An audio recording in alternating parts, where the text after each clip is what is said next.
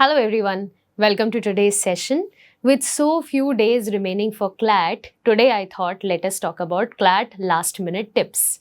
My name is Anuja and I am going to comfort you, at least that's what the hope is. I'm sure you are a bag of nerves at the moment, but if you have prepared well and revised thoroughly in the last month, you have followed the plan and there isn't really anything much to worry about. But what can you do at the very last minute? That is what this discussion is about. Okay, so we'll not be taking much of your time because time is really premium at the moment. That is why no one can exactly tell you what each one of you should do. You are the raw material, you are the worker, you are the CEO, you have to strategize it. But I can definitely give you an idea. And I think you are rational enough to understand the goodness of an idea. So when you see that this is a good plan, that's when you follow it, or else you stick to whatever you're doing. But I am really sure that if I tell you some things that work and that have been working for your seniors, then you are bound to follow that. So the first thing that really works at the moment is your calm and composure. See, if you panic, then whatever you can do, whatever best you can do, will definitely not come out in its best format. So you really need to ensure that you are very calm and composed at the moment, right?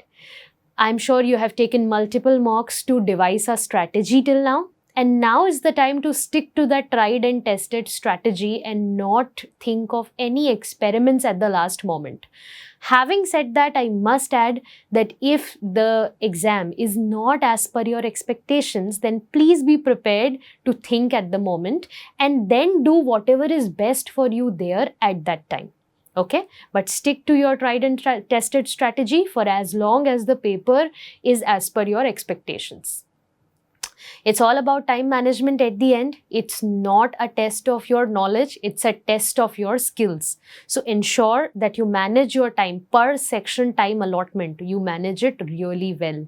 If you are instructed to give a certain amount of time to a certain section, make sure you stick to that. I am sure you already have your order in your head planned that you will begin with this section and then you will take another section after it. Stick to the plan, but do not mess up with the time management. That is the single most important thing here. We all told you about ABC, which tells you how to choose your questions well, which tells you which questions to do first. Whatever is easy for you is an A. It is that question which you should do right now. So A stands for Abhi Karo. Those questions that you should do at the moment. Always invest in this kind of screening, right? Then B are those questions जो आपको बाद में करना चाहिए because you know how to do them, but they are going to take some time. And time, as I mentioned, is premium property at the moment. C are those questions which either you do not know at all or they are going to be extremely time consuming. They will derail our plans of time management. C are the questions जो आपको छोड़ देने चाहिए. So before every section you do your ABC correct and I'm sure you will be able to hit the target that we want to read. Let me repeat, our target is not 100% attempts, our target is not 100% accuracy. If we can attempt around 90% of the paper with 80% accuracy, we should be doing really well, I'm telling you. Okay. Finally, think of it as a maze in which you are and maneuver your way out through the shortest route. That should be your aim. Okay, you are starting and you've got 120 minutes from this moment. You have to be out. You just cannot come out like that. You have to solve and get out. But what should be the shortest way out? That is what you should be thinking.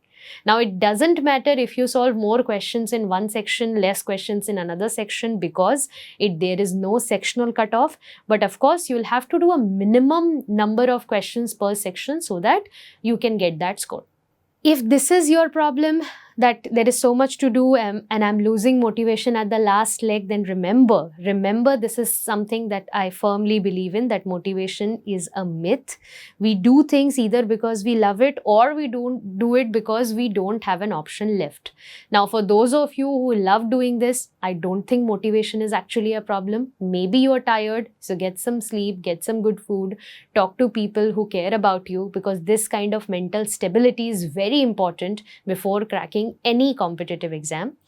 Otherwise, if there is no other option that you have left, then keep all the distractions at bay, even if you get bored, even if you don't like it, but you have to do what you have to do, right? So remember, motivation is a myth, and we are going to pack a punch in whatever amount of time we have with whatever resources we have. That should be the attitude. This is a quick story that I want all of you to read. So maybe you can pause the video for just 1 minute and go through the story and tell me what you learn from this story.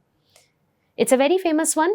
Maybe you have already heard it somewhere or the other. Let me give you a quick walk through what happens in this story. So a gentleman goes to an elephant camp and sees that there are elephants, huge elephants, but they are only kept in captivity with the help of small chains, just a small chains.